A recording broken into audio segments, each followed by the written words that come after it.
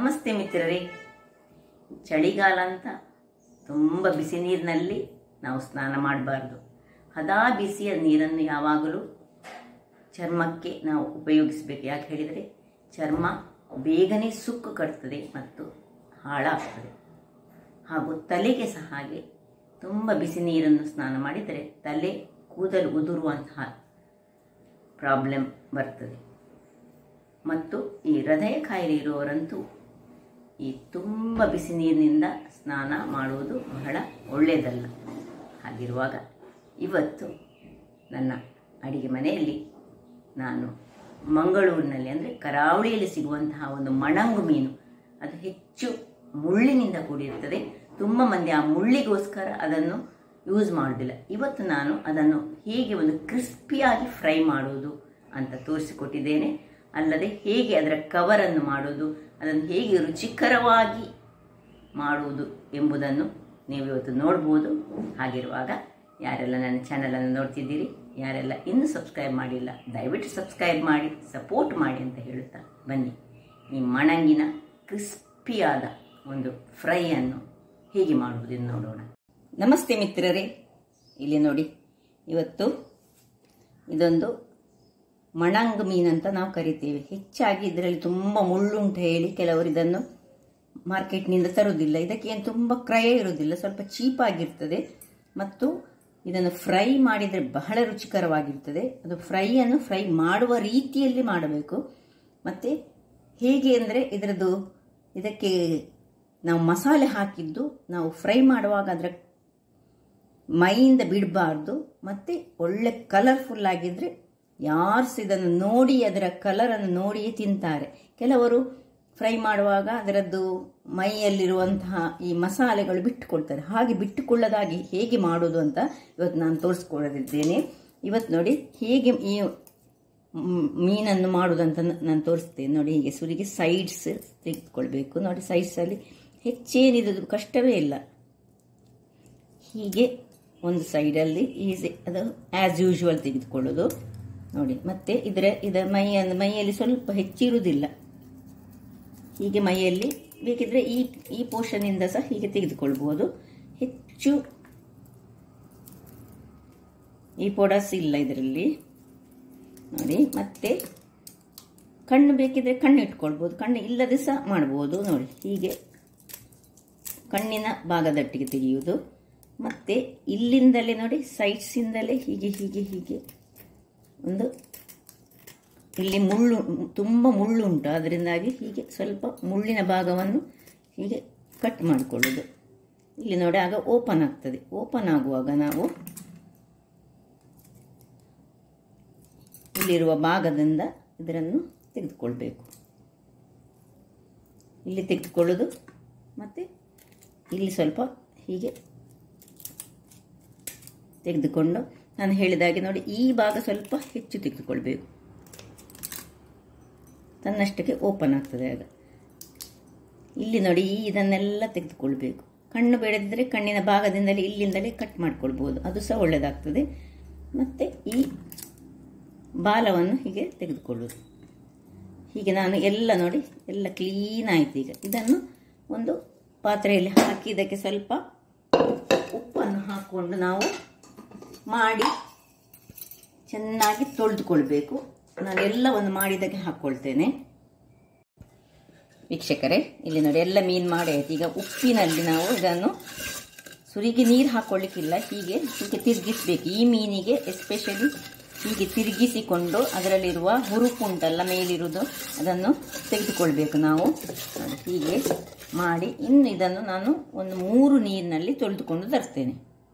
ವೀಕ್ಷಕರೇ, ಇಲ್ಲಿ ನೋಡಿ ಎಷ್ಟು ಕ್ಲೀನಾಗಿ ಬಂತು ಮೀನು. ಇದು ಸ್ವಲ್ಪ ಚಟ್ಟೆ ಮೀನಾದ್ರಿಂದಾಗಿ ನಾನು ಇದಕ್ಕೆ ಕಟ್ಸ್ ಹಾಕೋದಿಲ್ಲ. ನೀವು ಬೇಕಿದ್ರೆ ಕಟ್ಸನ್ನು ಹಾಕ್ಕೊಳ್ಬೋದು. ನೋಡಿ, ಸ್ವಲ್ಪ ಸಹ ಈಗ ಹುರುಪೆ ಇದರಲ್ಲಿ ಇಲ್ಲ. ಈಗ ಇದನ್ನು ಪಕ್ಕಕ್ಕೆ ಇಟ್ಕೊಳ್ಳೋಣ. ಇನ್ನು ಒಂದು ಏನೆಲ್ಲ ಸಾಮಗ್ರಿಗಳು ಬೇಕು ಹೇಳಿ ನಾನು ಆಗ ಹೇಳಿಲ್ಲ ನಿಮಗೆ. ನೋಡಿ, ಒಂದು 4 ಚಮಚದಷ್ಟು ಮೆಣಸಿನ ಹುಡಿ ತೆಗೆದುಕೊಂಡಿದ್ದೇನೆ ನಾನು. ಮತ್ತು ಸ್ವಲ್ಪ ಉಪ್ಪು ನಿಮ್ಮ ರುಚಿಗೆ ತಕ್ಕಷ್ಟು. ಸ್ವಲ್ಪ ಹುಳಿ ಬೇಕು ನಮಗೆ. ಹುಳಿಗೆ ನಾನೀಗ ಸ್ವಲ್ಪ ನೀರನ್ನು ಹಾಕ್ಕೊಳ್ತೇನೆ. ಹುಳಿ ನೀರಿನಲ್ಲಿ ಸ್ವಲ್ಪ ಸ್ಮೂತ್ ಆಗಲಿ ಅದು. ಇನ್ನು ಇಲ್ಲಿ ಕಾರ್ನ್ ಫ್ಲೋರ್ ನಮಗೆ ಬೇಕು. ಯಾಕೆ ಹೇಳಿದ್ರೆ ಅದನ್ನು ಒಳ್ಳೆಯದು ಅಂಟಿ ಅದರದ್ದು ಮಸಾಲೆ ಅದರಿಂದ ಹೊರಗೆ ಬೀಳ್ಬಾರ್ದು. ಅದಕ್ಕೋಸ್ಕರ ಕಾರ್ನ್ ಫ್ಲೋರ್ ಯೂಸ್ ಮಾಡ್ತೇನೆ. ನಿಮ್ಮ ಹತ್ರ ಕಾರ್ನ್ ಫ್ಲೋರ್ ಇಲ್ಲದಿದ್ದರೆ ನೀವು ಅಕ್ಕಿಯ ಹುಡಿಯನ್ನು ಸಹ ಯೂಸ್ ಮಾಡ್ಬೋದು, ಅಥವಾ ಕೆಲವರು ಮೈದಾ ಯೂಸ್ ಮಾಡ್ತಾರೆ, ಯಾವ ಸಹ ಯೂಸ್ ಮಾಡ್ಬೋದು. ಇಲ್ಲಿ 1 ಚಮಚದಷ್ಟು ನಾನು ಜಿಂಜರ್ ಗಾರ್ಲಿಕ್ ಪೇಸ್ಟ್ ತೆಗೆದುಕೊಂಡಿದ್ದೇನೆ. ನಿಮ್ಮ ಹತ್ರ ಇಲ್ಲದಿದ್ದರೆ ಜಿಂಜರ್ ಮತ್ತು ಗಾರ್ಲಿಕ್ ಅನ್ನೊಂದು ಅಥವಾ ಮೆಣಸನ್ನು ಒಟ್ಟಿಗೆ ಗ್ರೈಂಡ್ ಮಾಡಿದರೆ ಸಾಕ್ತದೆ. ಮೆಣಸಿನ ಪುಡಿ ಒಟ್ಟಿಗೆ ಸಾಕ್ತದೆ, ಇಡೀ ಮೆಣಸನ್ನು ಸಹ. ಸ್ವಲ್ಪ ಹಳದಿ ಬೇಕು. ಈಗ ಮೊದಲಿಗೆ ನೋಡಿ, ಈ ಹುಳಿಯ ನೀರನ್ನು ನಾವು ಇದನ್ನು ಸ್ವಲ್ಪ ಮೊದಲೇ ಹಾಕೊಂಡಿದ್ರೆ ಸಹ ಒಳ್ಳೆಯದೇ. ಹೀಗೆ ಕಿವುಚಿಕೊಳ್ಬೋದು, ಅಥವಾ ಲಿಂಬೆ ಹಣ್ಣು ಲೆಮನ್ ಅನ್ನು ಸಹ ನೀವು ಯೂಸ್ ಮಾಡ್ಬೋದು. ಲೆಮನ್ ಇದ್ದು ನೀರನ್ನು ಸಹ ಯೂಸ್ ಮಾಡ್ಬೋದು. ನೋಡಿ, ಇದನ್ನು ಇದಕ್ಕೆ ಹಾಕ್ಕೊಳ್ತೇನೆ ನಾನು. ನೋಡಿ, ಇನ್ನು ಈ ಉಪ್ಪಿನ ಪುಡಿ ಹಾಕ್ಕೊಳ್ಳಿ, ಅಥವಾ ಉಪ್ಪು ಇಡೀ ಕಲ್ಲುಪ್ಪನ್ನು ಸಹ ಹೀಗೆ ಇದರಲ್ಲಿ ಕಲ್ಲುಪ್ಪು ಹಾಕಿದರೆ ತುಂಬ ಒಳ್ಳೆ ಆಗ್ತದೆ. ಸ್ವಲ್ಪ ಇದನ್ನು ಇದರಲ್ಲಿ ಒಳ್ಳೆ ಸ್ಮೂತ್ ಆಗಬೇಕು. ಇದರಲ್ಲಿ ಕಲಡಿಸ್ಕೊಳ್ಬೇಕು. ಕಲಡಿಸ್ತೇನೆ ನಾನು ಇದರಲ್ಲಿ.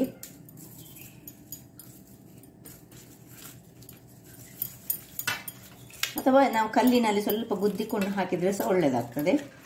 ಇದರಲ್ಲಿ ಸಹ ಹೀಗೆ ಕಲರಿಸುತ್ತಾ ಆಗ್ತದೆ. ಈಗ ಇದಕ್ಕೆ ಈ 5 ಚಮಚಗಳಷ್ಟು ಮೆಣಸಿನ ಹುಡಿಯನ್ನು ಹಾಕ್ಕೊಳ್ತಿದ್ದೇನೆ. ಮೆಣಸಿನ ಹುಡಿಯಲ್ಲಿ ಈ ಹುಳಿಯ ನೀರಿನೊಟ್ಟಿಗೆ ಇದನ್ನು ಚೆನ್ನಾಗಿ ಕಲಡಿಸಿಕೊಳ್ಬೇಕು. ಇನ್ನು ಜಿಂಜರ್ ಗಾರ್ಲಿಕ್ ಪೇಸ್ಟನ್ನು ಹಾಕೊಳ್ಳೋಣ.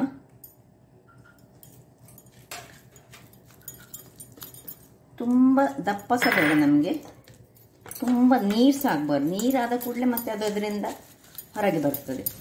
ನೋಡಿ, ಹೀಗೆ ಚೆನ್ನಾಗಿ ಸ್ವಲ್ಪ ಇನ್ನು ಹಳದಿಯ ಪುಡಿಯನ್ನು ಇದಕ್ಕೆ ಹಾಕೊಳ್ಳೋಣ.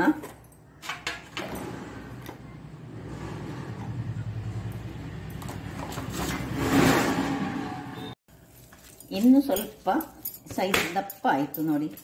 ಈಗ ನಾವೇನು ಮಾಡಬೇಕು ಹೇಳಿದರೆ, ಇದನ್ನು ಈ ಹುಳಿಗೆ ಸ್ವಲ್ಪ ನೀರು ಇನ್ನು ಸ್ವಲ್ಪ ಇದ್ದರೆ ಸಹ ಇದನ್ನು ಹಾಕೊಳ್ಳಿ, ಅಥವಾ ಖಾಲಿ ನೀರು ಸಹ ಹಾಕ್ಕೊಳ್ಬೋದು. ಸ್ವಲ್ಪ ನೀರು ಮಾಡ್ಕೊಳ್ಳೋಣ.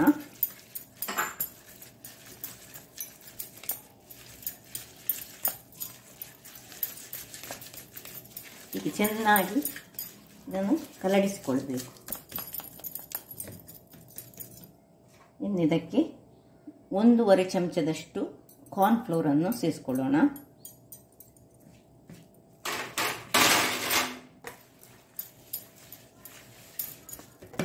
ಸ್ವಲ್ಪ ನೀರನ್ನು ಹಾಕಿ ಇದನ್ನು ಸ್ವಲ್ಪ ಸ್ಮೂತ್ ಮಾಡ್ಕೊಳ್ಳೋಣ.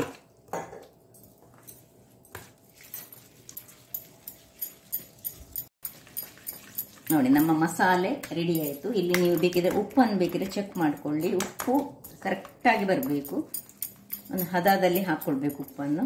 ಈಗ ಈ ಮೀನುಗಳನ್ನು ಇದರಲ್ಲಿ ಒಂದೊಂದಾಗಿ ಏನು ಕಟ್ಸ್ಬೇಕಂತಿಲ್ಲ, ಹೀಗೆ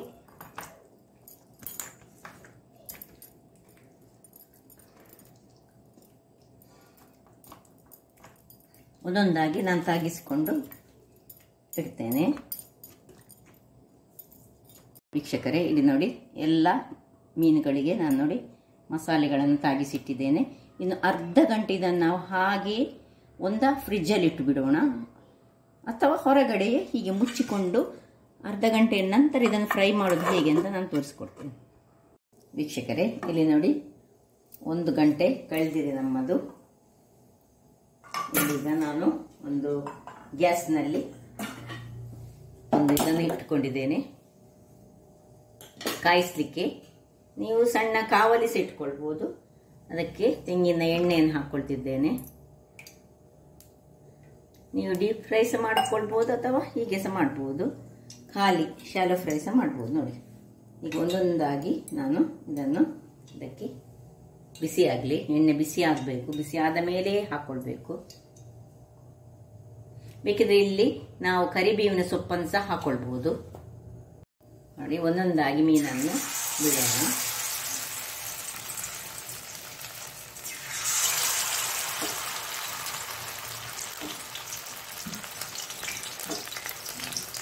ಎಷ್ಟಾಗ್ತದೆ, ತುಂಬ ಓವರ್ಲೋಡ್ ಮಾಡುತ್ತಾ ಬೇಡ. ನಾವು ಎಷ್ಟು ಅದರಲ್ಲಿ ಹಾಕಲಿಕ್ಕೆ ಆಗ್ತದೆ ಅಷ್ಟೇ ಹಾಕೊಂಡ್ರೆ ಆಯಿತು.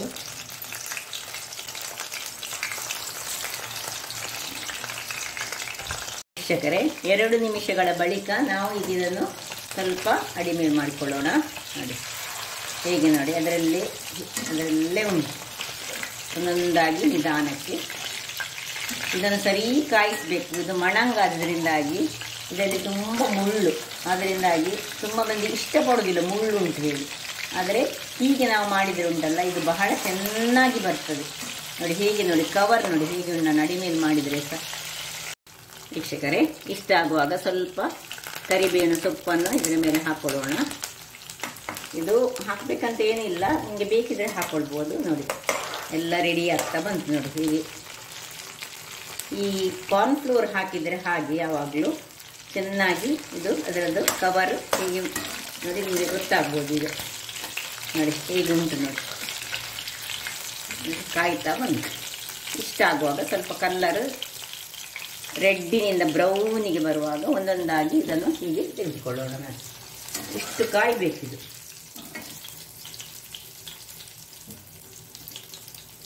ಹೀಗೆ ಬಂದಿದೆ ನೋಡಿ.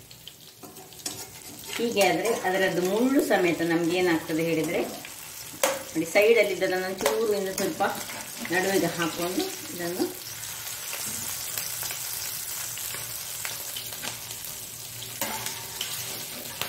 ಚೂರು ಕಾಯಬೇಕು. ಹೀಗೆ ಮಾಡಿದರೆ ಎಲ್ಲ ಅದರ ಮುಳ್ಳುಗಳು ಸಮೇತ ಬಹಳ ಚೆನ್ನಾಗಿ ಕಾಯ್ತದೆ, ಬಹಳ ರುಚಿಕರವಾಗಿರ್ತದೆ. ಹಾಗೆ ಇನ್ನೀಗ ಪುನಃ ನೋಡಿ ಹೀಗೆ ಬಿಡ್ಕೊಳ್ಳಿ.